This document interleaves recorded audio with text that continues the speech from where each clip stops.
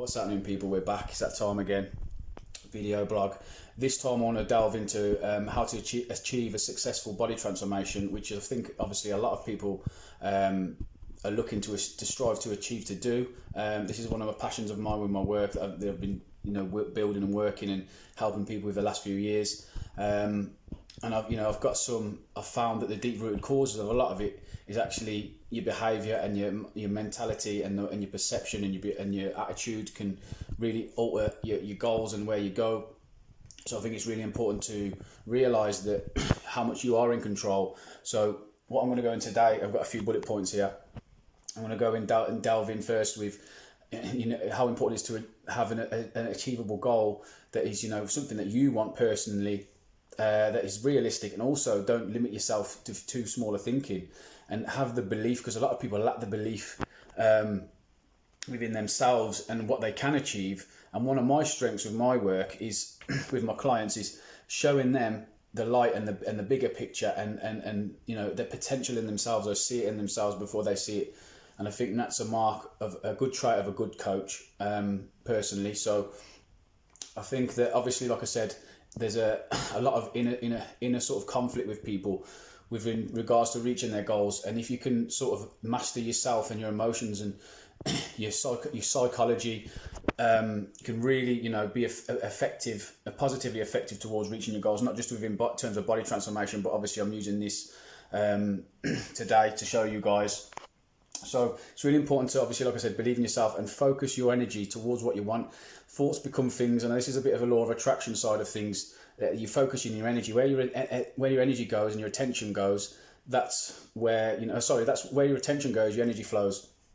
So it's really important that you keep focused no matter what on that. So you need to make that decision. You need to commit all in, and you have to have the attitude of whatever fucking happens, I am going to do this no matter what. Now, when you get to that place, when people come to speak to me, I know when they're ready, because if they don't talk like that to me, or their attitude don't come across that, and I can't read that in their language and their behaviour, then I know they're not ready yet. When they get to that stage, that's when the game changes for them. So when they've made that decision, it's the same with anything. Until you've got there, you ain't going to do it. All right, so you need to make the decision first and then keep acting on it. Now, like I said, you need to keep focused on what you do and then stay positive, because on that road there is going to be hurdles, going to be obstacles. Now, the one thing I've realised is some people don't want to work. That's just a fact. Some people are lazy. Not all people. A lot of people are just unmotivated and maybe don't see the bigger picture. But some people don't want to work. So if you don't want to work hard, you're not going to achieve things. Okay. Excellence is a habit. Therefore, you are repeatedly do. So it's the same with the other way, and your bad habits and your traits. If that's what you want to do, that's what you're going to become. All right. So if you're ready to put in the work and have the right attitude, you can achieve whatever you want in regards to anything. But obviously, we're talking about body transformations. And like I said, it's important to see the bigger pictures, which I love helping people do. So you need to have bigger goals. Some people only see 3 weeks. So I've got a holiday in 3 weeks. Can I lose 6 stone in 3 weeks? All right, like shit like that. So set small goals, realistic goals as well, but don't set them too small. But you've got to have the the strategy and the scientific breakdown of the calories and macros and things like that, and the action and the workouts you've got to do and progress with in that time frame, and realize and see what's achievable, which is obviously really important. And on the journey, obviously we talked about there's going to be bumps and stuff.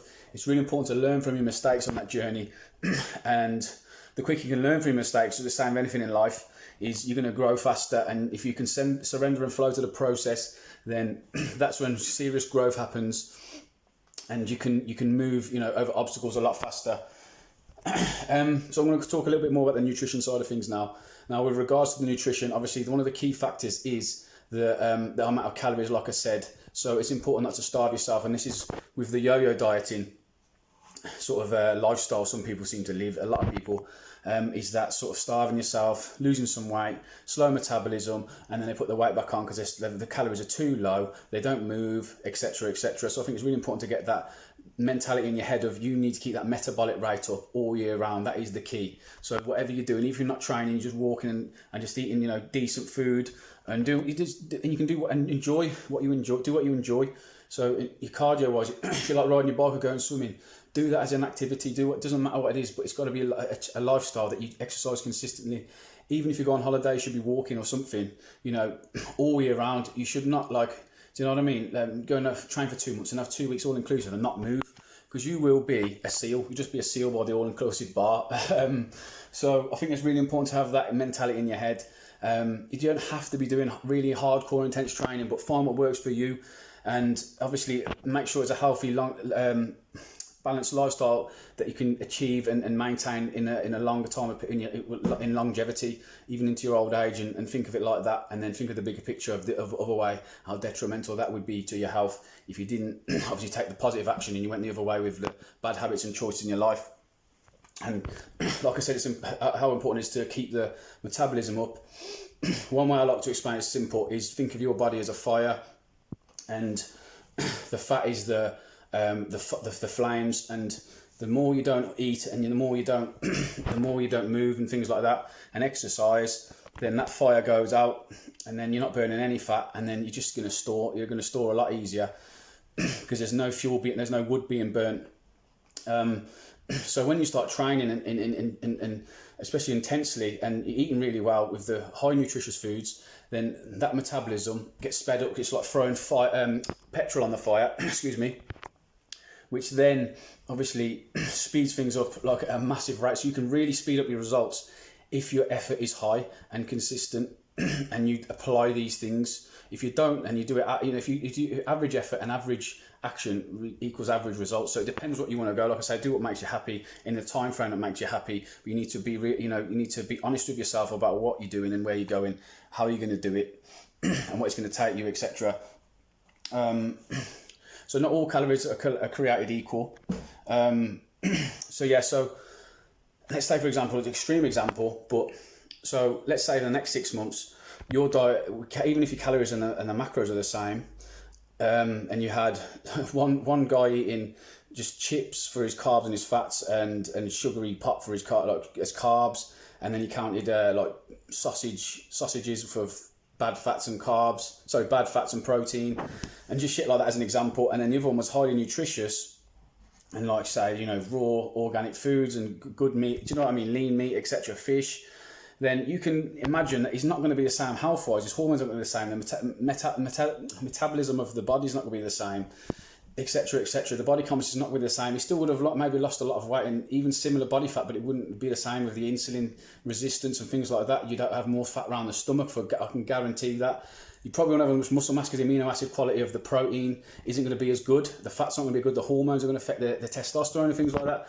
So a calorie is not a calorie. I don't care what anyone says. Yes, the calorie deficit is the most important thing. We get that, blah, blah, blah. When it comes to body composition and things like that as well, then there's a completely different story there.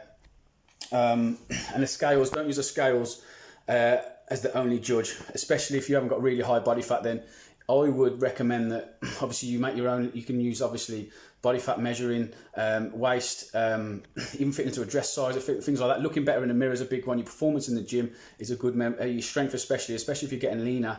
That's a really good measure, your performance and strength. Going with a smaller waistline, you're definitely on the right track with that.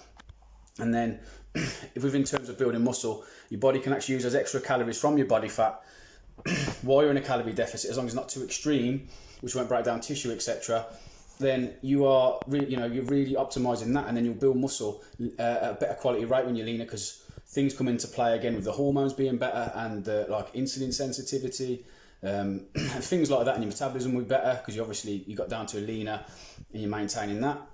So it's always good to do that and put your calories up into excess, into bulking calories after you've got into good condition with your body fat in terms of a body transformation. So don't get disheartened with, like I said, with the scales as well. If you're using them and you're using them as a scale to lose fat, especially, I'd be careful if you're a woman, your hormones, and that time then if you can bang on 6-7 pound. Stress can change things, your fluid and stuff. Definitely drink a lot of water to make sure you're flushing.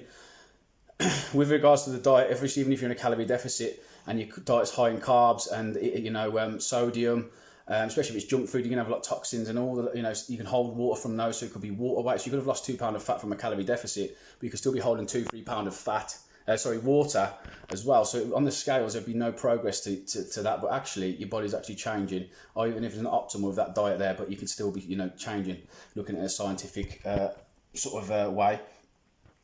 So I've just broke down the last bit. So it's the last 5 sort of pillars of reaching your goal and to make sure you're successful. So motivation's the first bit.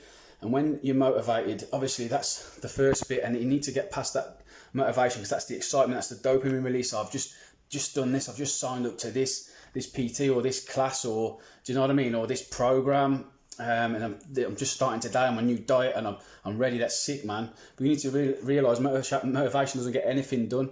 That just gets you started, and that's a great, you've got to give yourself a pat on the back for doing that, taking that big first step. But then you've got to keep going, because that's when obviously the belief and the action really takes a major part. You need to believe, because some people give up after 2-3 weeks and they go back to their old self-image and their old pattern of behaviour, their subconscious pattern of behaviours and habits. It's easy to sink into those, so you need to build on those. And when those habits become subconscious, like brushing your teeth in the morning, that's when your lifestyle, it's engraved in your lifestyle in terms of your eating and your training. It's just day-to-day life. When you get to that point, you're going to win 100%.